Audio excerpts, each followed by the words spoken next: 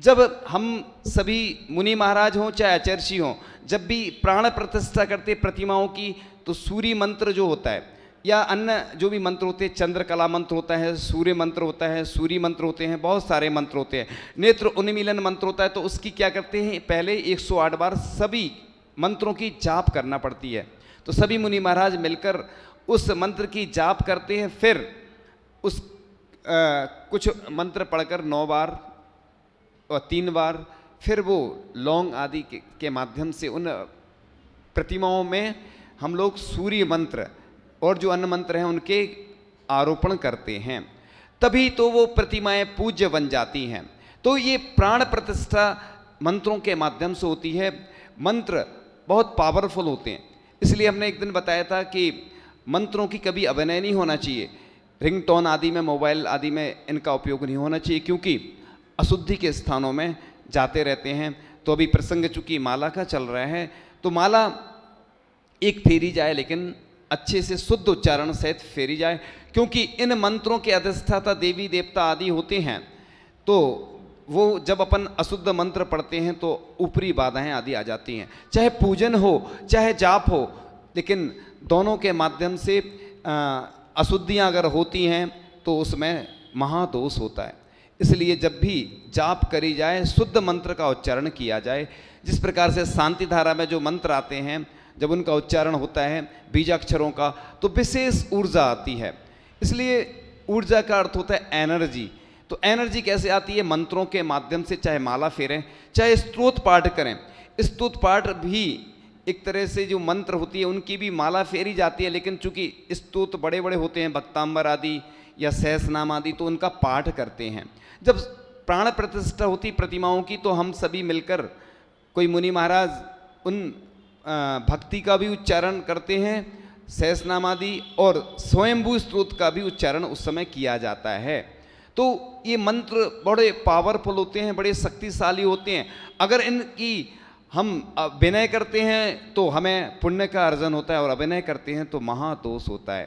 तो चर्चा चल रही थी कि कौन सी माला अच्छी होती है, तो सबसे अच्छी सूत की माला मानी गई, लेकिन चूंकि 16 का चक्कर रहता है उसमें, बिना 16 वाले भी उसको स्पर्श कर लेते हैं, इसलिए स्फटिक की माला, फिर अपनी अपनी क्षमता के अनुसार। तो लोग कहते हैं कि माला से होता क्या है, माला से क्या होता है, क्योंकि माला तो कोई भी हो, तो मंदिरों में अधिकांश देखा जाता है कांच की माला होती हैं, किसी में गड्ढे होते हैं, कोई टूटी फूटी होते हैं। तो इन माला से ऐसा ग्रंथों में उल्लेख आता है कि उसका फल निष्फल कहा गया।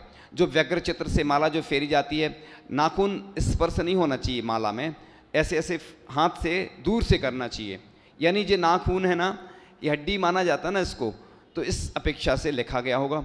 और जब भी संकल्प लिया जाता है, जैसे कोई 1.25 लाख जाप का लेता है। अभी यहीं की एक कोई बहन थी, यहाँ की थी या बाहर से कहीं आई, तो उसने प्रश्न किया कि महाराज जी 1.25 लाख में कितने मंत्र होते हैं? तो हमने बताया कि 1.25 लाख में 1.25 लाख ही मंत्र कहलाते हैं, और 1158 उसमें माला होती हैं लगभग। और 4 माला अगर कोई प्रतिदिन करता है तो 1 वर्ष में पूरी हो सकती हैं। तो वो उस बहन ने कहा, वो संभवतः बीना से आई थी, उसने कहा हम तो यही समझ रहे थे कि 1.25 लाख जाप करना, हम बहुत दिनों से करते आ रहे, आपने अच्छा बता दिया, नहीं तो हम तो करते आ रहे थे। हमने कहा नहीं, ऐसे ही हमारे साथ भी प्रसंग घटित हुआ। जब प्रथम बार बोहरी बंद की बात थी, महावीर जयंती के आसपास, इसी समय की बात होगी, महावीर जयंती के अवसर पर लगभग गए थे, सन 2000 की बात थी, और हम आचार्य श्री के पास व्रत लेने गए प्रथम बार। तो ज़्यादा कुछ जानते नहीं थे। आचार्य श्री से हमने कहा आचार्य श्री 1.25 लाख माला चाहिए, तो आचार्य श्री बोले माला नहीं मंत्र होते हैं। तो हमने फिर कहा हाँ ठीक है। तो हमने आचार्य श्री से लिया मंत्र का नियम, णमोकार मंत्र की 1.25 लाख जाप, यानी 1158 माला। उसकी विशुद्धि इतनी बड़ी कि अपने आप सब कार्य होते चले गए। यानी नमोकार मंत्र इतना पावरफुल होता है कि लोगों को इसके बारे में मालूम नहीं है। जब हम इसके बारे में बताएंगे कभी आगे, तो आप खुद सुनकर आश्चर्यचकित रह जाएंगे। यानी लोग कहते हैं कि जैन धर्म में शक्तियां नहीं हैं, लोगों को अभी मालूम नहीं है कि जैन धर्म में इतनी पावरफुल शक्तियां हैं कि जब हम लोगों को बताते हैं, पढ़ते हैं, तो हृदय गदगद हो जाता, प्रफुल्लित हो जाता। एक बार हम शांति धारा करवा रहे थे और हमारी बिल्कुल हिम्मत नहीं थी, ये अतिशय चमत्कार है, देखो आप सुनना गौर से और सबको बताना भी। तो हम बहुत ज़्यादा अस्वस्थ थे और एक ब्रह्मचारी भैया थे, वो शांति धारा करवा रहे थे और उनने कहा महाराज जी आप शांति धारा पढ़ो। अरे हमने कहा हमारी हिम्मत नहीं है, बिल्कुल हम नहीं पढ़ेंगे, लेकिन हमारा कुछ मन हो गया पढ़ने का। यानी अस्वस्थता थी बहुत ज़्यादा, यानी बिल्कुल मुख से शब्द ही नहीं निकल रहे थे। लेकिन जैसे ही हमने शांति धारा पढ़ी, हमने देखा ऐसा से चमत्कार हुआ कि अपने आप हमें ऐसा लगने लगा जैसे हम बिल्कुल स्वस्थ हो गए हों। ये मैंने खुद महसूस किया है। तो लोग कहते हैं कि मंत्रों में शक्तियाँ नहीं है, जैन धर्म में कुछ नहीं है। अरे वो जानते ही नहीं, अभी उनको असली मालूम ही नहीं है कि असलियत जैन धर्म की क्या है। हमारा तो पूरा विश्वास रहता है इन मंत्रों में बहुत शक्तियाँ होती हैं। हमने बड़े बड़े ग्रंथ पढ़े हैं, आचार्य ऋषि के मुख से तो सुने ही हैं। इसके अलावा हमें सबसे ज़्यादा शौक़ रहता है पढ़ने का, और जब भी हम जो ग्रंथ पढ़ते हैं हमें कुछ ना कुछ मिल जाता है। हमारी एक आदत है, हम सबको बताते भी हैं और आचार्य ऋषि के पास भी जाते थे। एक बार एक लेख मिला हमारे लिए, उस विषय का हम थोड़ा सा उल्लेख ज़्यादा नहीं करेंगे, तो वो भोजन से संबंधित था और आचार्य ऋषि को बहुत पसंद था। वो जो वस्तु थी वो, यानी आचार्य ऋषि सबको वो औषधि के रूप में बताते थे। अब हमने इसलिए डॉट डॉट में बता देते कई चीज़ें बताने में थोड़ा सा। तो वो वस्तु आचार्य ऋषि को प्रिय थी और हमें जब वो मिला तो हमने आचार्य ऋषि को दिया। आचार्य ऋषि से कहा तो आचार्य ऋषि बोले अभी थोड़ी देर बाद। तो हमने सोचा कि चलो कोई बात नहीं, रखाते हैं। फिर आचार्य ऋषि ने जैसे ही इरियापद भक्ति के बाद कहा कि वो लाओ, तो हम लाए और जैसे ही आचार्य ऋषि ने पढ़ा, और आचार्य ऋषि ने पढ़कर आचार्य ऋषि का मुख देखते ही नहीं बनता था। मतलब इतनी प्रसन्नता की जैसे आप करोड़ों की संपत्ति मिल जाए आपको तो आप प्रसन्न हो जाओ, जैसे ऐसे ही आचार्य ऋषि इतने प्रसन्न हुए। हमने कहा चलो अपनी मेहनत सार्थक हो गई। तो लोग कहते हैं कि आचार्य ऋषि को प्रसन्न करना, तो कैसे होते आचार्य ऋषि प्रसन्न? तो आचार्य ऋषि आपकी कितनी भी कोई संपत्ति हो, कोई वस्तु हो, कोई कुछ हो, उससे प्रसन्न नहीं होते। आचार्य ऋषि को अगर प्रसन्न करना है तो वो जो चाहते हैं, जो वो बोलते हैं और जो वो करते हैं, उसी के समर्थन में आप कुछ देंगे उनको या वैसा करेंगे तो वो प्रसन्न हो जाते। ये आज हमने रहस्य खोल दिया, किसी को बताना नहीं तो सब लोग ऐसे ही करने लगेंगे। कई बार हम उसको बताते नहीं हैं, लेकिन हमें मालूम है कि आचार्य ऋषि बहुत जल्दी प्रसन्न हो जाते हैं। माला में परिणाम भी अच्छे होना चाहिए, शुद्ध मंत्र होना चाहिए, और शुद्ध माला होगी तो मन भी अच्छा लगता है। जिस प्रकार से पूजन में अच्छी द्रव्य चढ़ाते हैं तो कितना आनंद आता है। भोजन में थाली होती ना, एक व्यक्ति ने प्रश्न किया कि महाराज जी पूजन नहीं करते। हमने कहा देखो भोजन करते कि नहीं, भोजन में थाली में क्या करते हैं, इधर से कहाँ ले जाते, ऊपर ले जाते, और पूजन में क्या करना, ऊपर से नीचे लाना है। थाली ऊपर रखी रहती ना, चढ़ाते कहाँ हैं? बस इतना ही तो अंतर है कि भोजन में इधर से इधर ले जाना और पूजन में घुमा घुमा के ऐसे ऐसे करके चढ़ाना है। तो पूजन में आनंद आता है, भोजन में भी आपको आनंद आता है। जिस प्रकार से भोजन की थाली बहुत खूबसूरत होती है, सुंदर होती है, तो बड़ा आनंद आता है भोजन में आप लोगों को। ऐसे ही पूजन में आनंद आना चाहिए। ऐसी माला अगर अच्छी होगी तो आपको बहुत पुण्य की प्राप्ति होगी। चर्चा करेंगे कि पाठशाला क्यों जाना चाहिए। तो ऐसा लिखा है कि जो पाठशाला जाते हैं वो एक जेल खाना बंद कर देते हैं। क्योंकि एक माँ थी और उसका एक लड़का था, और वह लड़का प्रतिदिन जाता था स्कूल जाता था, और स्कूल जाकर के क्या करता था, वो स्कूल से घर में गिफ्ट लाता था। कहाँ से लाता था? तो वह किसी न किसी की चोरी करके, कभी पेंसिल, कभी रबड़, कभी ड्राइंग बॉक्स और भी अच्छी अच्छी चीज़ें वह उधर से लाता था और माँ को रोज़ देता था। प्रतिदिन माँ को वह गिफ्ट देता था। माँ बहुत खुश हो जाती थी कि मेरा छोटा सा बच्चा अभी से कमाने लगा है, और माँ बहुत खुश होती थी कि मेरा छोटा सा बच्चा बहुत अच्छे से अभी कितनी अच्छी अच्छी गिफ्ट लाता है हमारे लिए, वो देता है। अब प्रतिदिन यही प्रक्रिया चलती रही। माँ बहुत खुश होती थी और माँ धीरे धीरे और उसको प्रोत्साहन देने लगी।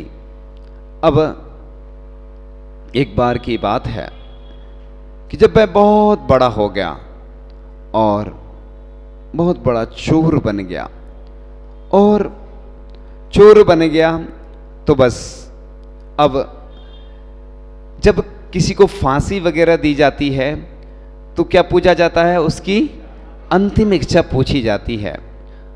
उसके साथ भी यही हुआ। तो वह उसकी अंतिम इच्छा पूछी जाती है कि तुम्हारी अंतिम इच्छा क्या है? वह कहता है मुझे मां से मिलना है। तो वह जो उधर व्यक्ति रहते हैं, जेलर आदि जो भी व्यक्ति, सोचते हैं कि चलो इसको फांसी तो लगना ही है, फांसी तो देना ही है, तो क्यों ना इसकी अंतिम इच्छा पूरी कर दी जाए। उस व्यक्ति से पूछा जाता कि तुम्हारी अंतिम इच्छा क्या है? वह कहता है मुझे मां से मिलना है। लोग भी ताज्जुब कर कर रह जाते हैं कि अरे देखो कितना अच्छा व्यक्ति है कि अंतिम समय में अपनी मां को देखना चाहता है। तो वह सलाखों के अंदर था। कभी जेल गए हो आप लोग? नहीं गए? हम गए थे प्रवचन करने। तो हमने देखा, इसके पहले हम फिल्मों आदि में देखते थे जेल, लेकिन साक्षात जब देखा तो वास्तव में कितना बुरा जीवन रहता है, और नमक भी नहीं मिलता है और सादा सूखा भोजन मिलता है। देखिए आप, रात्रि में भी नहीं मिलता जेल में। इसलिए अगर इधर रात्रि भोजन करोगे, कोई गलत काम करोगे तो जेल जाओगे, और जेल में बिना नमक का और रूखा सूखा भोजन करना पड़ेगा। तो जब वह माँ जाती है उस अपने बच्चे से मिलने को, उसको भी बहुत अच्छा लग रहा था कि क्यों ना चलो अपने बच्चे से मिला जाए। और बच्चे से माँ मिलने जाती है तो वो बच्चा भी खुश हो जाता है, और पास में जाती है माँ। तो लोग देख रहे थे वह दृश्य कि जब वह माँ जाएगी तो वह लड़का जो उसका था पैर छुएगा, हालचाल पूछेगा, लेकिन ऐसा कुछ नहीं हुआ। हुआ क्या? तो वह सामने आने वाला है कि जैसे ही वह बच्चा पहुंचा, बच्चे के पास माँ पहुंची, उसने जो सलाखें थीं अंदर, सलाखों में से उसने अपनी माँ की नाक को अपने मुंह में भर लिया। यानी क्या कर लिया? नाक काट ली। सब लोग एकदम से बचाने लगे उस माँ को, और लोग एकदम से दृश्य देख के भयभीत हो गए, डरने लगे। वैसे ही वह अपराधी तो था ही, अपराधी जो व्यक्ति होते हैं उनसे वैसे ही लोग डरते हैं। और उस व्यक्ति से पूछा कि तुमने ऐसा क्यों किया अपनी माँ के साथ? उस व्यक्ति ने जो बात बताई बड़े गौर से सुनने की योग्य है कि उसने कहा जब मैं छोटा था, बचपन में मैं पेंसिल चुरा के लाता था, रबड़ चुरा के लाता था, तो माँ शाबाशी देती थी, बहुत खुश होती थी, बहुत प्रसन्न होती थी। इसी माँ के कारण ही मैं इतना बड़ा चोर बना और आज मुझे फांसी हो रही है। अगर ये माँ शुरू से ही मुझे संस्कार देती और मना कर देती तो मैं इतना बड़ा चोर नहीं बनता और आज ये मुसीबत नहीं आती। तो ये जो कहानी चल रही है किसी एक व्यक्ति की नहीं है, ये पूरे देश समाज की स्थिति है कि हम बच्चों को कैसे संस्कार दें। तो संस्कार देने में सबसे अग्रणी अगर कोई होता है वो माँ होती है। पिता अपने बिजनेस में लगे रहते हैं, सर्विस में लगे रहते हैं, अन्य अपने कार्यों में लगे रहते हैं, लेकिन माँ एक बच्चे को जो संस्कार दे पाती है। बच्चे जो होते हैं मिट्टी की तरह होते हैं कि मिट्टी को अगर हम घड़े का आकार देना चाहें तो घड़े का दे सकते हैं, और उससे अन्य ऐसे कोई जो बनाना चाहें तो वो भी बना सकते हैं। तो बच्चे छोटे जरूर होते हैं। किसी ने कहा है कि a child mind is a clean slate, यानी बच्चे जो होते हैं कोरी स्लेट की भांति होते हैं, उन पर जैसा लिखना चाहे वैसा लिख देते हैं। तो आज पूरे देश की स्थिति यही है कि पाठशालाएं बड़े उत्साह के साथ प्रारंभ होती हैं, लेकिन कुछ दिनों बाद फिर बंद हो जाती हैं। तो कारण क्या है?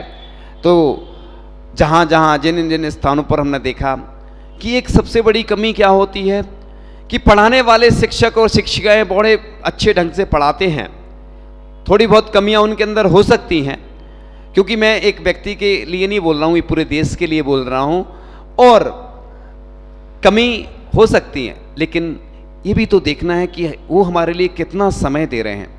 उनके लिए कुछ मिलता नहीं है, और ऊपर से लोग जिनके बच्चे जो पढ़ने आते हैं और सुना और दे देते हैं, यानी गिफ्ट में उन्हें ये और मिल जाता है कि बच्चे को अगर अपन ने डांट दिया शिक्षिकाओं ने या शिक्षक ने, तो बस उनके जो माता पिता पेरेंट्स होते हैं या जो भी उनके घर के परिवार के लोग होते हैं बच्चों के, वो सुना और जाते हैं। ये कई जगह की स्थितियां हैं जो हमने देखी हैं। तो देखो, जो व्यक्ति इतनी मेहनत कर रहा है, पढ़ा रहा है, और उनके लिए वर्ष में कम से कम एक बार तो सम्मान करना चाहिए उनका, क्योंकि जो वो इतनी मेहनत कर रहे हैं, कोई उनको कुछ मिल नहीं रहा है, और व्यक्ति उनका सम्मान करना तो दूर और उनको और उल्टी सुना देता है। यही समाज की स्थिति होती है जब भी कोई अच्छा कार्य करता है, चाहे वह साधुओं के साथ वैयावृत्ति करने में हो अग्रणी, चाहे सुबह वन विहार करने में हो, जो जंगल आदि की व्यवस्था रहती है, चाहे औषधि की व्यवस्था हो। पूरे देश की स्थिति रहती कि युवा ही आगे आती है, युवा पीढ़ी, आरिकाओं के साथ बालिकाएं या महिलाएं भी जाती हैं, और मुनि महाराज आदि के साथ जो पुरुष वर्ग होता है ना, वह जाता है, युवा जाते हैं, बच्चे जाते हैं। तो ऐसे लोगों को प्रोत्साहन देना चाहिए। कई बार ऐसी स्थितियां बनी जब बिहार होता है, तो जो लड़के भूखे रहते हैं, बिहार कराते हैं, उनको कई बार भोजन आदि की व्यवस्था नहीं मिलती, क्योंकि वैसे ही आज लोग वाहन से चलने लगे हैं, कोई बिहार कराने वाला दिखता ही नहीं। इसलिए अब स्थितियां बदलती जा रही हैं, क्योंकि हमें पंचम काल के अंत तक अपने जैन धर्म को 18,500 वर्ष तक लगभग चलाना है, जीवित रखना है। तो हमें ऑक्सीजन देना होगी। ऑक्सीजन क्या होती है कि हमें जीवंत जो हमारी पाठशाला होती है, जिसमें बच्चों को अच्छे संस्कार दिए जाते हैं।